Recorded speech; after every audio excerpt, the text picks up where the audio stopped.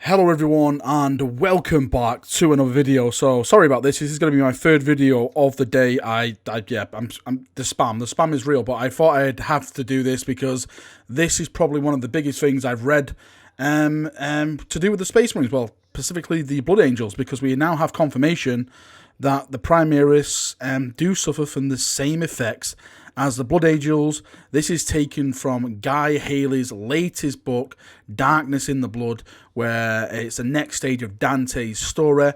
Apparently the chap who sent me this said it's kind of like the afterword in the book. I haven't got the book, so I can't show you all the pages and go through it myself, but he did send me a screenshot of this page where all the information is. So let's jump in and let's get talking about it. Okay, so I'm just going to quickly read through it, then give my feedback and share some of my excitement about some of the things I mentioned in this. So let's start. It says the Black Rage was harder to accommodate within a certain context of Primaris Space Marines. With no Def Company models, it was deemed inappropriate to write a whole screeds of text about them. This happened for numerous very good reasons, which I won't go into here, but suffice to say, we in the inner circles knew right from the beginning that the Blood Angel Primaris would succumb to the Black Rage, for if they did not, they would no longer truly be Blood Angels. We could not outrightly say it so at the beginning. The brief, deliberately uncertain background in the game allows a freeing amount of fudging not available to writers of long-form fiction. However, in this instance, the lack of a definite answer, or at least a reliable one, gave me an intruding story hook. What if the Blood Angels thought that Primaris were their salvation and their long-awaited doom had been at last averted? The big players in the chapter all had their different opinions on this, but for the time it seemed that Brother Kulbo was right, and I'm afraid it doesn't quite work out the way you'll see. With a new gaming supplement in the works at the time of writing that, we talked about the Black Rage in Primaris. This novel had to discuss it. My fiction would have anyway, but external factors meant it had to happen now. That was the first strand. Right, so let's start with the Blood Angels Primaris, and then we'll go to another thing I noticed in this as well. So the Blood Angels Primaris would succumb to the Black Rage. He stated that in this text. Now, this is what the whole debate has been about. Oh, Primaris, they're too perfect. They don't have the red thirst. They don't have the Black Rage. Are they really Blood Angels? He actually says if they did not have the Black Rage, they would no longer would be Blood Angels, and I completely agree. The Def Company, the Black Rage, all that stuff that happens with the Blood Angels is what makes them them. And if you take that away, they're not really them. That's what gives them the character. That's what gives them their desire not to fall, or to succumb to the Black Rage. You see the death of Sanguinius, that emotion that fills them, and then they get put into the Def Company. Then you have that whole lore of awesomeness surrounding those guys in black and stuff like that. It had to happen. And now that they've come out and officially said Blood Angel Primaris would succumb to the Black Rage, this is truly big things, because I'm excited now where this leads with the Blood Angels. We all know the Blood Angels, the Dark Angels, the Grey Knights, the Space Wolves, Death Watch, they have not yet received their Codex supplements. Some people have said maybe we'll get it in the White Dwarfs and stuff. I've never really gone down that route. Yeah, you probably may get a little bit here and there, but these big chapters deserve their own supplements, just like all the Space Marines, the Imperial Fist, the White Scars, Raymond Guard, Iron Hands, just like we've had our supplements, you chaps deserve your supplements as well. Now, of course, another big part of that text, which I'm going to talk about now, is which states, with a new gaming supplement in the works at the time of writing that we talked about the Black Rage in Primaris, this novel had to discuss it.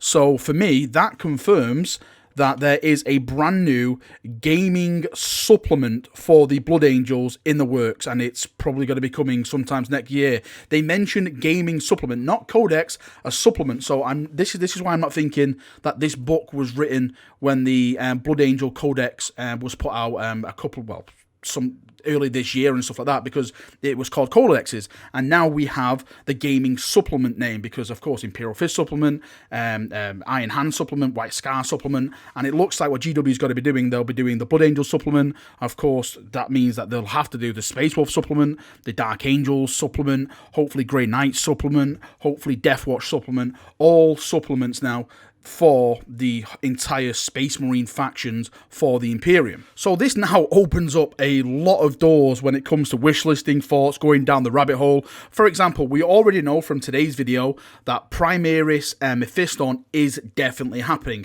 That was confirmed at the Black Library Weekender. So there is one big massive character that is going across the Rubicon and will be taking the mantle of a new Primaris Marine. Does that mean now when we go to the next supplement, the Blood Angel supplement, where we actually are going to start seeing now Primaris Death Company Marines? Holy moly, just thinking of what kind of rules these chaps will have. We all know they have 2 wounds and stuff like that. Are they going to be even more bigger, better, faster, stronger, and stronger and stuff like that? There's so much we can just, again, go down the rabbit hole and come out thinking, oh, they can have this, they can have that, they can have all this kind of stuff. Maybe this is the time where we're actually going to see Primaris in their full-on melee type of rage and blood-soaked Death Company screams and stuff, because that's been one of the problems when it comes to Primaris so far, is that we haven't really had that effect when it comes into melee. I know you can argue, again, with Reavers, Aggressors and stuff like that, but there's nothing really concrete which has been having that big pounding effect when it comes to Primaris wielding melee weapons